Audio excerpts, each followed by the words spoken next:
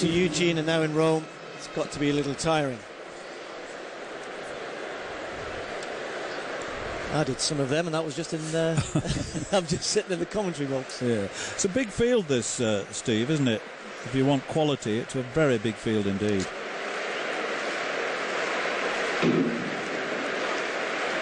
So where they go then, the men's 1500 metres. They said the pace they've asked for is around 151, and then try and keep it going on the third lap. It'll be interesting to see whether or not they go with this or not. Rotic coming across, it's his job with Barusai. He'll be asked to keep it going, but Rotic started fairly sensibly, but they're all right up there right from the very beginning.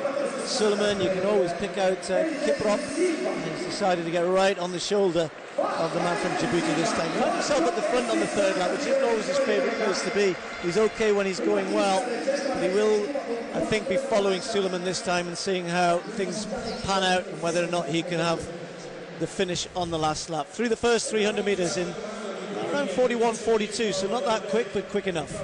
Yeah, McLaughley's up there, and you mentioned Higuita. Higuita's up in that leading group. You're quite right, the principals really got into the array straight away. Look at Kiprop just shadowing Suleiman, who had, as you say, that magnificent mile race in Eugene, and to run 3:47, absolutely superb.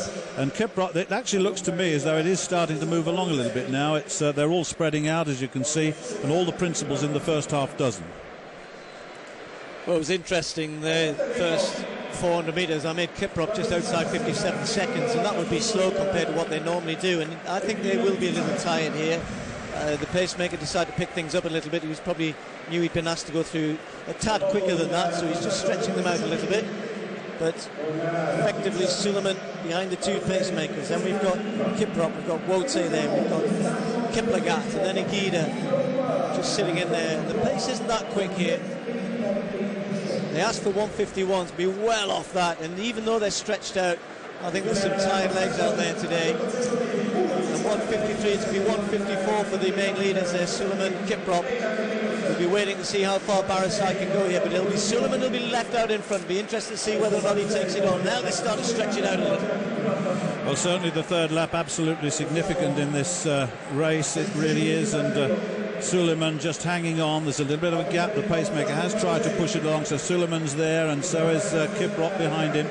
Wote's up in that leading group as well. It's everyone who's anybody is in that group, and really now they'll come up and they'll hear that familiar sound, and then the race will really get underway. So Suleiman will find himself in the front as they all start to gather a little bit. Kiplagat just moved in behind his tall compatriot.